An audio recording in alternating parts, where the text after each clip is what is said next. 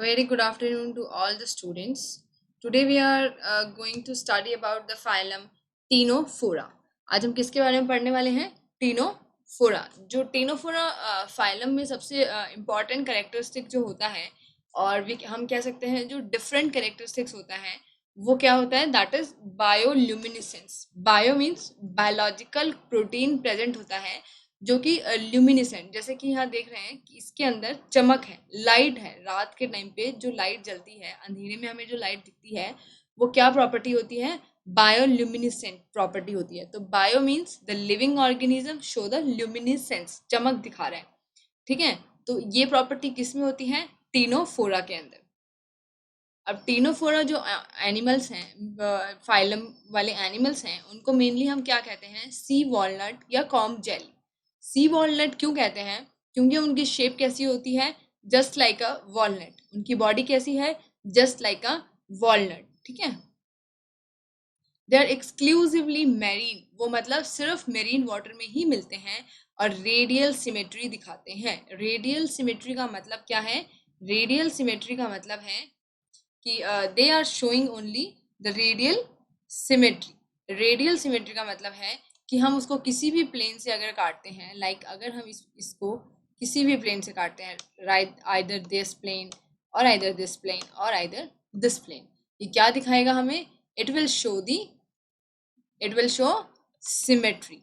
तो सिमेट्री मतलब दो इक्वल हाफ्स में क्या कर देता है? उसको तोड़ देता है. तो इसको हम क्या कहेंगे?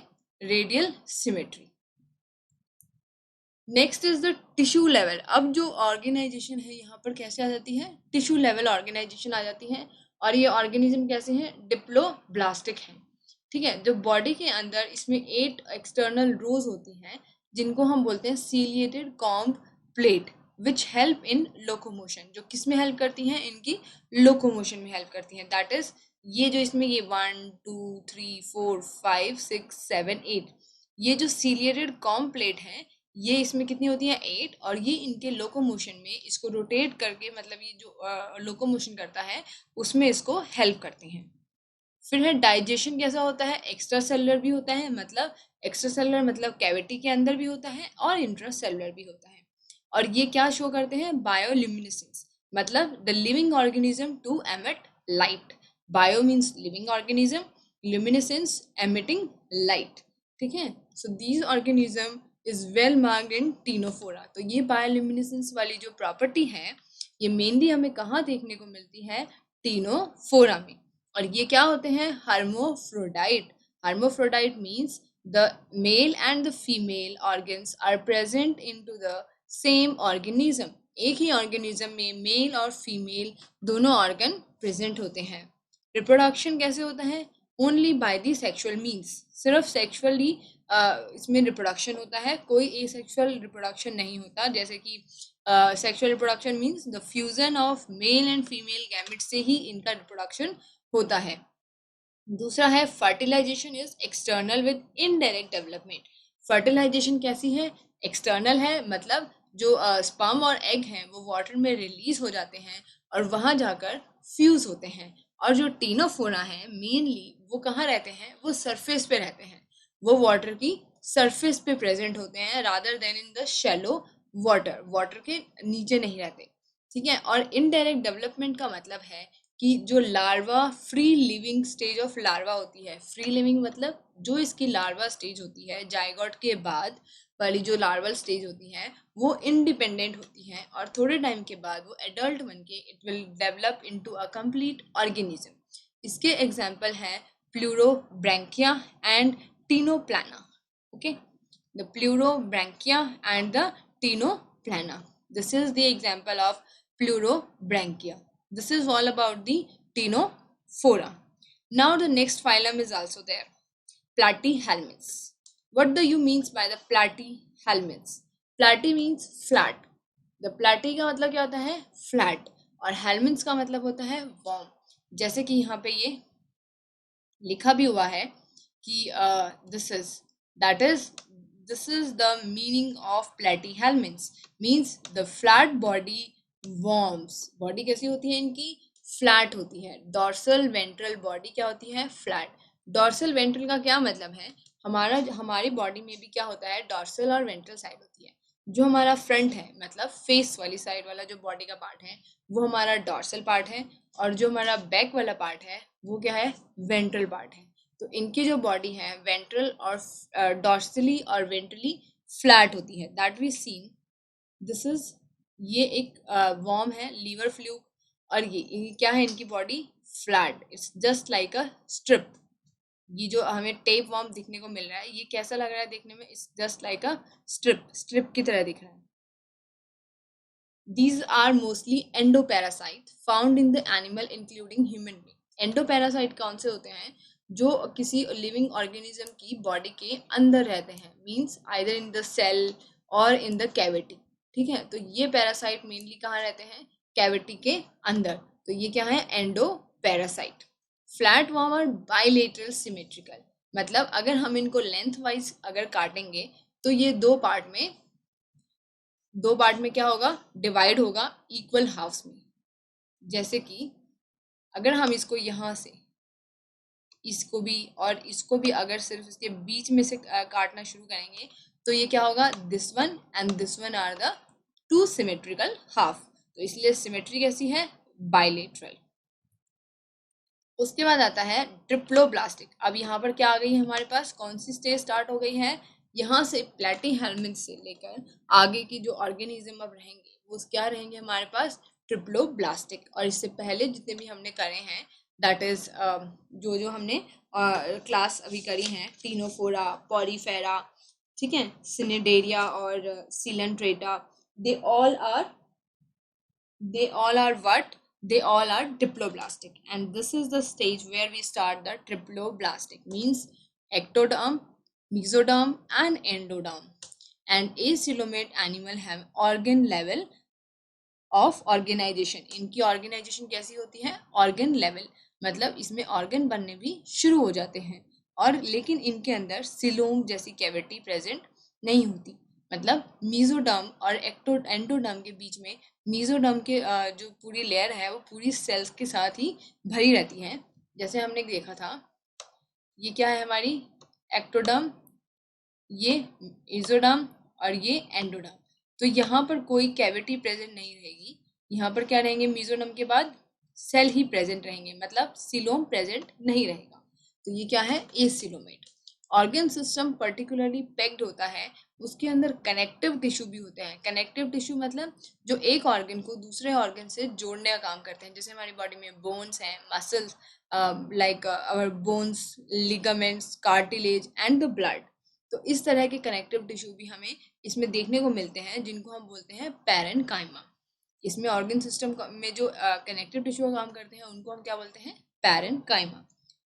इसके अंदर हुक और सकर टाइप के ऑर्गन प्रेजेंट होते हैं, जो कि क्या काम करते हैं, जो पैरासिटिक फॉर्म मतलब दूसरे से सक करने का काम करेंगे। हुक का मतलब चिपकने का, कि जैसे जो ये टेप वॉर्म वगैरह होते हैं वो क्या करते हैं, पैरासाइट की तरह काम करने के लिए किसी भी बॉडी ऑर्गन के साथ चिपक जाते हैं, हुक हुक हो जाते हैं और फिर वहां से सक करते हैं। तो इनके पास हुक्स और सकर प्रेजेंट होते हैं ताकि ये अपनी पैरासिटिक लाइफ को अच्छे से अच्छे से चला सकें, ठीक है, और अच्छे से अपना न्यूट्रिशन ले सकें। Some of them absorb nutrient from the host directly through their body surface. ठीक है, कुछ तो क्या करते हैं, एब्जॉर्ब न्यूट्रिएंट कर लेते हैं डायरेक्टली होस्ट से, थ्रू देयर बॉडी सरफेस से ही एब्जॉर्ब कर लेते हैं। मतलब पूरा का पूरा प्लेटफॉर्म जो है वो चिपक जाता है और फिर वहां से वो धीरे धीरे अपनी बॉडी के अंदर न्यूट्रिशन सक करता रहता है। इनके अंदर स्पेशलाइज सेल होते हैं जिनको हम बोलते हैं flame cell. Flame cell actually किसका पार्ट है, इनकी एक्सक्रीटरी ऑर्गन का पार्ट है। ठीक है, ये ऑस्मो रेगुलेशन करता है, मतलब बॉडी के अंदर आयंस वगैरह को रेगुलेट करता है, और एक्सक्रीशन करता है। एक्सक्रीशन मतलब जो भी बॉडी के अंदर वेस्ट बनता है वो फ्लेम सेल के थ्रू बॉडी से फिर बाहर निकल जाता है। ठीक है, फ्लेम सेल भी एक तरह के ट्यूब्यूल्स में जाके ओपन होते हैं, और फिर वो ट्यूब्यूल्स एक से ज़्यादा पोर में ओपन होके और फिर वो अपनी बॉडी से उनको वेस्ट को रिलीज कर देता है। ठीक है, नर्वस सिस्टम जो है वो लेडर टाइप होता है, sorry it must be a ladder. कैसा होता है नर्वस सिस्टम? Ladder like. कैसा? जैसे ये देख रहे हैं, ये इसका नर्वस सिस्टम है, दिस वन। ये इसके नर्वस सिस्टम का डायग्राम है, यहाँ इसका ब्रेन है और ये इसकी नर्व्स जो हैं आपस में जुड़ी हुई हैं। ठीक है, ये बीच में जो ये है ये ट्रांसवर्स नर्व है और ये जो साइड वाली है ये क्या है? Ventricle nerves. तो it seems like a ladder. ठीक है, किस तरह से अरेंज है? ये एक लेडर की तरह अरेंज होता है and it compromise the brain. इसमें ब्रेन होती हैं और दो लॉन्गिट्यूडनल नर्व होती हैं। ठीक है, और transverse commissures cords connect nerve cords connected by interval by the transverse commissures. ठीक है, ये ट्रांसवर्स नर्व जो है इन दो नर्व कोड को जो मेन नर्व कॉर्ड है ब्रेन की, जो नर्व कॉर्ड है जो इनको आपस में जोड़ती हैं। ठीक है, हर्मोफ्रोडाइट होते हैं, बाइसेक्सुअल होते हैं मतलब। और फर्टिलाइजेशन कैसा होता है? इंटरनल ही होता है। इनमें कैसा होता है फर्टिलाइजेशन? इंटरनल, मतलब जो फ्यूजन है मेल और फीमेल गैमेट का वो इंटरनली ही बॉडी के अंदर होता है। ठीक है, and development is through many larval stage. और जो डेवलपमेंट है वो बहुत सारी लार्वल स्टेज से होती है। बहुत सारी लार्वल स्टेज का मतलब ये है कि जाइगोट बनेगा, फिर जाइगोट के बाद एक वन लार्वल स्टेज बनेगी, फिर वो लार्वल स्टेज थोड़ा सा डेवलप होके दूसरी लार्वल स्टेज बनाएगी। तो मेनली वो इंडिपेंडेंट भी होते हैं और एक दूसरे के ऊपर डिपेंड भी होते हैं। कुछ लार्वल स्टेज दूसरी लार्वल स्टेज पे डिपेंड होती हैं और कुछ लार्वल स्टेज फ्री लिविंग होती हैं, मतलब अपना गुजर बसर खुद कर सकती हैं। और फिर धीरे धीरे वो कहाँ पहुंच जाते हैं? एडल्ट स्टेज पे। इसीलिए इसमें क्या बोला गया है? Development is through many larval stage. अब जो इसमें प्लेनेरिया वाला एग्जाम, प्लेनेरिया होते हैं, फाइलम प्लेटीहेल्मिन्थ्स में एक एग्जाम्पल है प्लेनेरिया, जिनकी बहुत बड़ी कैपेसिटी है रीजनरेशन की कैपेसिटी। ठीक है, रीजनरेशन का मतलब ये है कि अगर इनका कोई पार्ट, जो प्लेनेरिया है, अगर उनका कोई भी पार्ट अगर कट गया है, जैसे ये है हमारे प्लेनेरियन एनाटॉमी। ठीक है, तो जो ये प्लेनेरिया है इसका अगर कोई भी पार्ट कट गया है तो वो रीजनरेट हो जाएगा। क्या हो जाएगा? रीजनरेट। ठीक है, तो ये इनका एक टाइप का रिप्रोडक्शन भी है। ठीक है, तो ये हम देख रहे हैं इसकी एनाटॉमी जनरल, ये ब्रेन का हमने देख लिया था।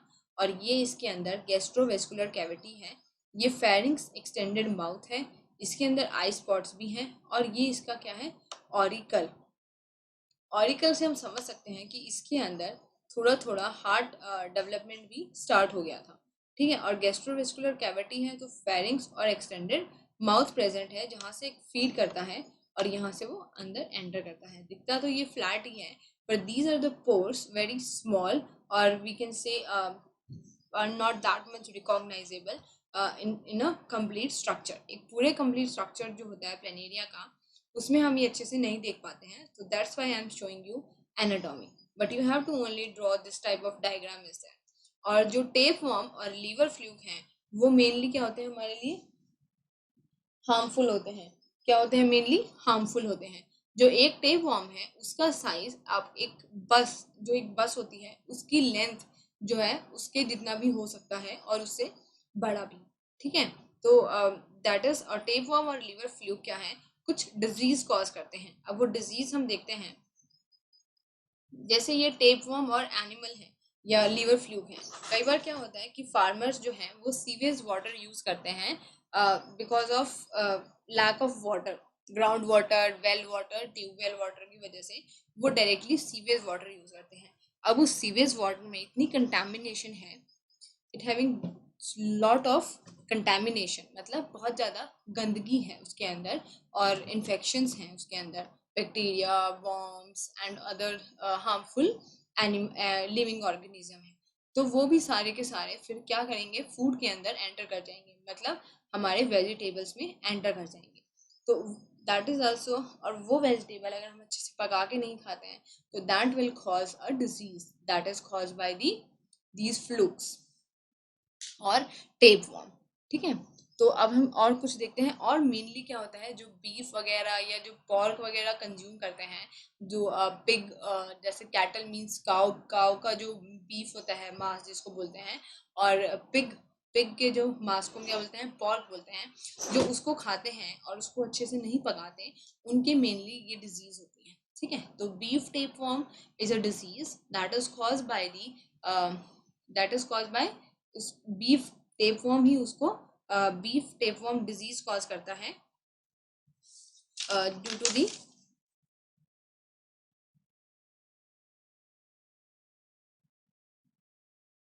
due to the beef tapeworm is caused by the Taenia sanguinata. Taenia sanguinata cause करता है और ये कहाँ इन्फेक्शन करता है, हमारी इंटेस्टाइन में इन्फेक्शन करता है और बीफ कंजप्शन की वजह से होता है, क्योंकि जो ये बीफ जो टेनिया सैंगिनेटा है ये मेनली कैटल्स के अंदर होता है, कैटल के अंदर प्रेजेंट होता है और फिर ये हमारी बॉडी के अंदर बीफ के थ्रू एंटर कर जाता है। Second is the pork tapeworm disease. जो पॉर्क टेपवर्म डिजीज है इसको कौन कॉज करता है, टीनिया सोलियम, और ये मेनली कहाँ होता है, पिग में होता है मेनली, और जो पिग के मांस को अच्छे से पका के नहीं खाते उनमें भी ये डिजीज मिलती है। Other is the dwarf tapeworm disease. Dwarf tapeworm disease जो है वो किस में होती है, हाइमेनोलेप्सी नैना, हाइमेनोलेप्सी नैना में होती है और ये भी कहाँ इन्फेक्शन करती है, हमारे इंटेस्टाइन में इन्फेक्शन करती है। और कैसे ट्रांसमिट होती है, फूड और कॉन्टेक्ट से, ठीक है। तो इसके कोई होस्ट नहीं है, ये वाटर के अंदर एग्जिस्ट करता है और फूड या किसी इसके साथ कांटेक्ट में आने की वजह से ये हमारी फूड के थ्रू हमारे इंटेस्टाइन में एंटर कर जाती है, ठीक है। दूसरा है intestinal fluke disease. Intestinal fluke जो है वो क्या करता है, फेसिकोलॉप्सिस बस्की की वजह से होता है और ये हमारे इंटेस्टाइन में एंटर करके, और ये कैसे आता है, जो water consumption of water plants, जो वाटर वाले प्लांट्स हैं अगर हम उनको कंज्यूम करेंगे तो ये अगर मतलब वाटर वाले प्लांट जो हैं वो कंटामिनेटेड वाटर में या मतलब खराब वाटर में उनको उगाया गया है तो उसकी वजह से क्या होगा, उसकी वजह से क्या होगा, वो हमारे इंटेस्टाइन में एंटर कर जाएंगे, ठीक है। और मेनली ये किस में प्रेजेंट होते हैं, स्नेल में, और स्नेल कहाँ रहता है, स्नेल भी वाटर में ही रहता है। फिर आता है ब्लड फ्लूक। ब्लड फ्लूक कहाँ पे अफेक्ट करता है, हमारे लीवर और लंग्स को अफेक्ट करता है। ये भी हमारी बॉडी में वाटर के थ्रू जाता है और ये किस में प्रेजेंट होता है, स्नेल में प्रेजेंट होता है, ठीक है। तो जो ये डिजीज कॉज हुई है बीफ टेपवर्म डिजीज है, तो इनके आप जो ऑर्गेनिज्म है रादर देन साइंटिफिक नेम, आप इनको beef tapeworm, pork tapeworm, dwarf tapeworm, intestinal fluke और ब्लड फ्लूक के नाम से भी लर्न कर सकते हैं, ठीक है। That's all about the platyhelminths and Ctenophora is there. ये डायग्राम जरूर बना लीजिएगा अपनी नोटबुक में विल लेबलिंग, क्योंकि आपकी बुक में ये विद लेबलिंग के साथ नहीं दिया हुआ है। और also draw this planaria also diagram. That's all for today. Thank you.